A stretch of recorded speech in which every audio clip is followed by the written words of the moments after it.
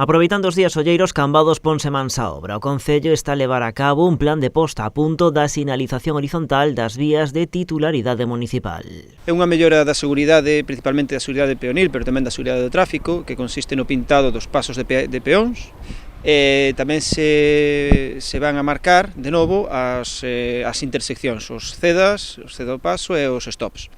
Con esta actuación é unha actuación que levaba moitos anos sin facerse, a verdade é xa bastante necesaria. Os traballos buscan reforzar a seguridade viaria, en especial dos peóns. O que se pretende, como dicía, era mellorar a seguridade, evitar accidentes, que queden claras cales son as prioridades na sinalización horizontal na estrada e, sobre todo, no que se refire aos peóns, non? Que son a parte máis débil sempre na circulación do tráfico. Esta primeira fase conta cun orzamento de 17.000 euros, afecta a 35 rúas do casco urbano con máis dun cento de pasos de peóns repintados.